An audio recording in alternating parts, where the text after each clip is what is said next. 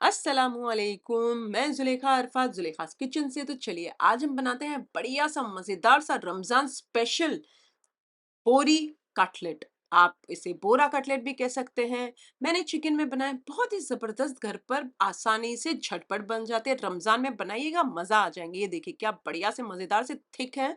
आप देख सकते हैं, मैं आपको तोड़ के दिखाती हूँ। बिस्मिल्लाहिर्रहमानिर्रहीम, माशाल्लाह। बहुत ही मजेदार और सुपर सॉफ्ट है अंदर से। आप खाओगे ना तो खाते रह जाओगे, इतने बढ़िया बनते हैं। तो चलिए शुरू करते हैं। आज की रेसिपी साधारण यानी ऑर्डिनरी इंग्रेडिएंट से एक्स्ट्रा ऑर्डिनरी डिश बनाते हैं आज की। चलिए, ये है 300 gram chicken, boneless thigh portion है। छोटे छोटे पीस करवा लीजिए और इसे चर्बी निकाल के सबसे पहले तो 10-15 मिनट के लिए छन्नी के ऊपर नितरने दीजिए। जब नितर जाए तो एक ब्लेंडर जार में डाल दीजिए। इसमें डाल दीजिए नमक स्वाद अनुसार। मैंने एक छोटा चाय का चम्मच डाला है। यहाँ पर मैं 3 हरी मिर्चियों को ऐसा मोटा मोटा काट कर डाल रही हूँ। और ये 2 ब्रेड है, इन्हें थोड़ा पानी डालकर इस तरीके से थोड़ा हाथों की मदद से तोड़ते जाइए। बस थोड़ा सा पानी सोख कर ले वहां तक। ये देखिए, आप देख सकते हैं, बस ऐसा ही करना है। और अब आप हाथ में लेंगे ना तो आप निचोड़ कर देखेंगे ना, हल्के हाथ से निचोड़िएगा तो पानी निकलेगा नहीं, मतलब परफेक्टली हो चुका है। तो आप इसे डाल दीजिए हमारे ये चिकन के अंदर और इसे ढक कर बहुत ही अच्छे से ब्लेंड कर लीजिए ऐसे। और इसे एक सबसे पहले बड़े से बाउल कहिए पात्र में निकाल लीजिए। चलिए बाकी के मसाले डाल देते हैं। तो आधा छोटा चाय का चम्मच गरम मसाले का पाउडर डाल दीजिए। आधा छोटा चाय का चम्मच काली मिर्चों का पाउडर, आधा छोटा चाय का चम्मच भुना पिसा जीरा पाउडर डाल दीजिए। 3/4 टेबल स्पून अदरक लहसुन का पेस्ट भी डाल दीजिए। एक छोटा चाय का चम्मच चिली फ्लेक्स। ये थोड़े से पुदीने के पत्ते थे, मैंने बारीक काट लिया था। और खूब सारी बारीक कटी हुई कोथमीर डाल दीजिए। ये एक मीडियम साइज की प्याज थी, बारीक कटी हुई यानी कि छुंदा कटी हुई डाल दीजिए। ये है एक छोटे साइज का बॉईल करा हुआ आलू। इसको मैंने ये कर लिया है, खुरच लिया था, ग्रेट कर लिया था। अब इन सारी चीजों को बहुत ही अच्छे से मिक्स कर लीजिए। बेटर रहेगा आपके हाथ से मिक्स कीजिएगा तो बहुत बेहतर तरीके से मिक्स होंगे। सारे मसाले भी तो जाना चाहिए और आलू में गुठलियां ना रहे, ये देख लीजिएगा। एकदम एकदम ऐसा लगे कि एक रस हो चुका है हमारा। चिकन, आलू, मसाले सब घुल जाएं तो इसे आधे घंटे के लिए फ्रिज में रख दीजिए। चलिए आधा घंटा हो चुका है, मैनेजेबल हो गए हैं। तो हाथों को तेल से ग्रीस कर लीजिए या फिर पानी से। एक बार हाथ पानी वाला लेके आप एक मिक्सचर ले लीजिए मीडियम पोर्शन का चिकन का। और इसे इस तरीके से एक चपटी बड़ी सी बना लीजिए हमारी कटलेट। तो ये बन गई हमारी एक कटलेट, इसे साइड पर रख दीजिए। बट मैं एक दूसरा तरीका बता रही हूँ। बटर पेपर के ऊपर थोड़ा सा तेल डाल दीजिए। एक अगर आपके पास आकार देने वाला जो शेप आता है इसका, ये हो जो शेप देते हैं ना, राउंड शेप बड़ा सा, तो ये इसके अंदर डाल दीजिए हमारे चिकन के मिक्सचर को। और ये देख सकते हैं आप, बढ़िया सा बन चुका है। तो साइड से थिकनेस भी मिली। तो ये भी एक तरीका है, जरूरी नहीं है आपके ये दूसरा वाला तरीका ही आप इस्तेमाल करें। मैंने तो बताया है, मैं भी ट्राई कर रही थी तो मैंने सोचा आपसे भी शेयर करती चलूं, क्योंकि मुझे थोड़ा सा खूबसूरत लग रहा है तो मैंने सोचा आपके साथ शेयर कर लूं। लेकिन जरूरी नहीं है आपके दूसरा वाला ही यूज करना है आपने। ये तरीका आप फर्स्ट वाला भी जो ओरिजिनल तरीका है वो भी इस्तेमाल कर सकते हैं कि बस लिया मिक्सचर और थोड़ा सा अपना चपटे टाइप पेटिस टाइप बना दिया, कटलेट टाइप, और बस उसे साइड पर रख दीजिए। अगर आप सांचे से नहीं बनाते और हाथ से बनाते हैं ऐसे, यूजुअली बोरी कटलेट के अंदर उसे बनाने के बाद, वारने के बाद इस तरीके से ब्रेड क्रम्ब में लोटा जाता है और उसे साइड पर रखा जाता है। बट आपने देखा मैं दो तरीके की बना रही हूँ, तो उसमें मैंने एक को ब्रेड क्रम्ब लगा के साइड पर रख रही हूँ और वो जो दूसरे 3 जो आपको साइड पर दिख रहे हैं बटर पेपर के साथ, उनको मैं ब्रेड क्रम्ब नहीं लगा रही हूँ। दोनों में कोई दिक्कत नहीं आती है, कोई प्रॉब्लम भी नहीं आती है।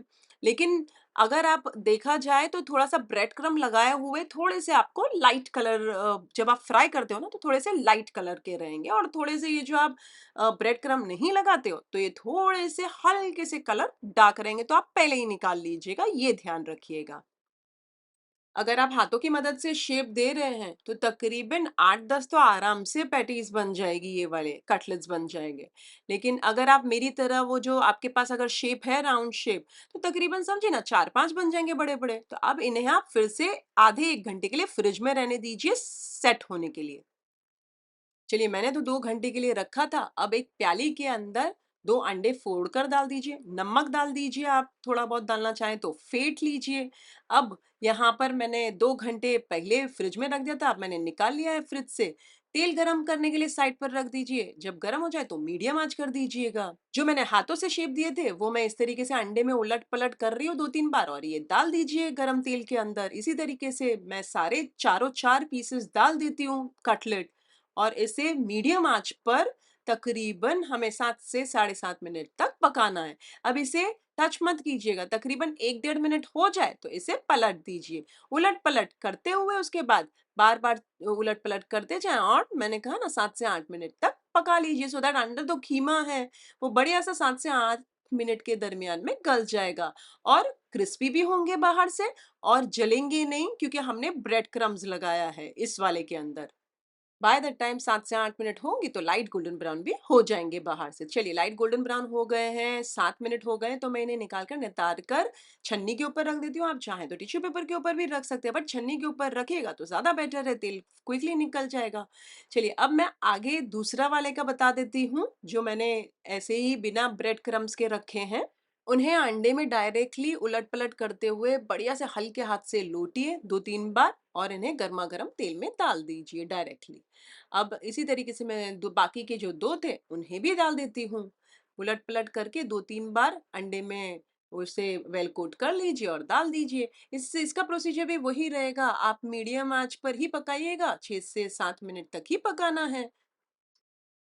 अब आपको चाहिए कि आप ये जो शेप देने वाले जो मैंने अभी आपको बताए थिक जो बनाए हैं हमने और बटर पेपर पे रखे थे, उसपे भी आप ब्रेड क्रम्ब लगाना चाहें किसी भी तरीके से तो आप मैनेज कर सकते हैं तो मैनेज कर लीजिए। तो मैं 2 अलग तरीके के खुद ही बना रही थी, खुद भी एक्सपेरिमेंट ही कर रही थी, तो मैंने सोचा आपके साथ भी शेयर कर दी तो मुझे तो कोई प्रॉब्लम नहीं आई, दोनों ही बढ़िया दिखते हैं, दोनों ही बेहतरीन मज़ेदार दिखते हैं, टेस्ट में भी बहुत ही अच्छे हैं दोनों, कोई दिक्कत नहीं आती है। बस ये है कि ये वाले थोड़े थिक बनते हैं और मोर और लेस ये जो आप अगर शेप वाले लेके बनाएँगे, तो ये थोड़े से एक ही शेप के आकार के बनेंगे और दूसरे वाले हैं वो ऊपर-नीचे थोड़े छोटे-बड़े ऐसा बन सकते हैं, बाकी तो सेम ही है और ये थोड़े ना थिक बनते हैं, हाँ, तो चलिए लाइट गोल्डन ब्राउन हो गए तो मैंने इन्हें निकाल कर नितार कर साइड पर रख दिया।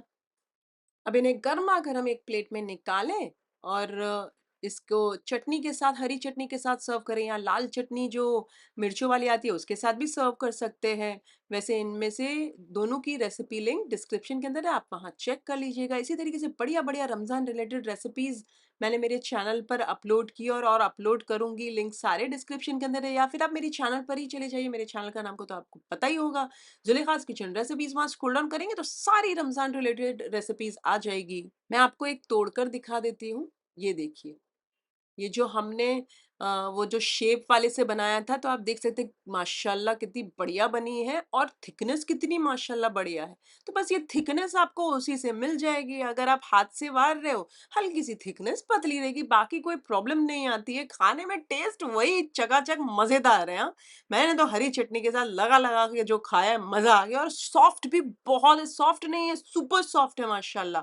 आप खाओगे ना तो खाते रह जाओगे। बस यही है कि ये रेसिपी के अंदर मिर्च आप आपके स्वाद अनुसार डालिएगा। मैं भौरा कटलेट बहुत बार बनाती रहती हूँ, तो इस बार मैंने इसी के लिए वो एक्सपेरिमेंट किया था, 2 तरीके के बताए हैं आपको। बट अगर आप पहली टाइम बना रहे हो तो आप वो जो हाथों की मदद से ही शेप दे दीजिए, उसके बाद ब्रेड क्रम्ब्स में उलट-पलट करके अच्छे से इसे वेल कोट करके फिर फ्रिज में रख दीजिए और फिर आधे 1 घंटे के बाद उन्हें अंडे में लोड कर फ्राई कर लीजिएगा। रेसिपी अच्छी लगी है तो लाइक कर दीजिए, उससे ज़्यादा अच्छी लगे तो अपने फैमिली और फ्रेंड्स में इस वाले वीडियो की लिंक ज़रूर फॉरवर्ड कीजिएगा। अगर आप बनाएँ तो मेरे साथ कमेंट सेक्शन में ज़रूर शेयर कीजिएगा, मुझे आपके कमेंट्स पढ़ने बहुत अच्छे लगते हैं। अगर आपको पिक्चर भेजना है तो इंस्टाग्राम पर आप पिक्चर भेज सकते हैं, मेरे इंस्टाग्राम का आईडी है ज़ुलेखा's किचन रेसिपीज़। फिर से हाज़िर होंगी नई शानदार दमदार रेसिपी के साथ, अंटिल देन टेक केयर, अल्लाह हाफ़िज़, बाय बाय।